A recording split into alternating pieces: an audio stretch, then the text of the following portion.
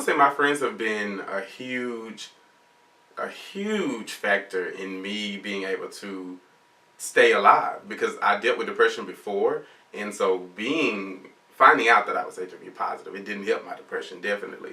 But they were those strong forces behind everything that I was doing, and they didn't even know that I was living with HIV until probably a year after I started to come out slowly. So I was afraid of what my friends would think too, but they were always like, well, why didn't you tell me? And I'm like, well, you helped me out. I just didn't have to tell you that I was living with HIV. Like, it was one of the most uncomfortable conversations that I've ever had to have, especially when dealing with somebody who may not be a close relationship, but maybe you just have casual encounter with.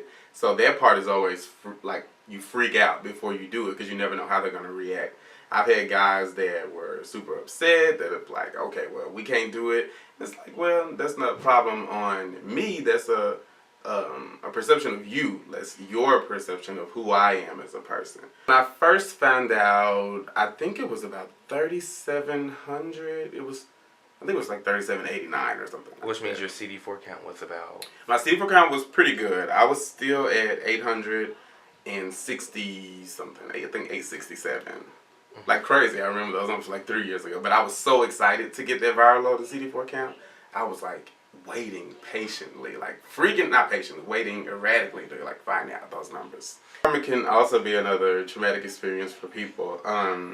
I do know Dr. Haushalter is working on a lot of stuff around the experience at the health department. But from some clients' experience, it's been some very nasty and also some very rewarding experiences. But I always tell people, if you cooperate with the health department, you have nothing to worry about. So if you give them a good number, or if you go to them and say,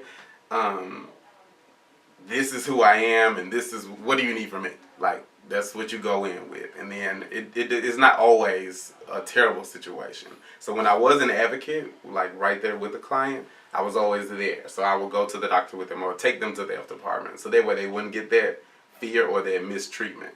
So when I'm there, they don't get it, but when I'm not there, I do hear the stories. Some words of encouragement that I would have for somebody who is living with HIV is to continue to live. You can definitely thrive with your virus, and no matter what your HIV status is, if you're positive, get in treatment on your terms, stay in treatment, get whatever it is that you need to take care of for yourself to make sure that you maintain your mental health, maintain your physical health, as well as your spiritual health.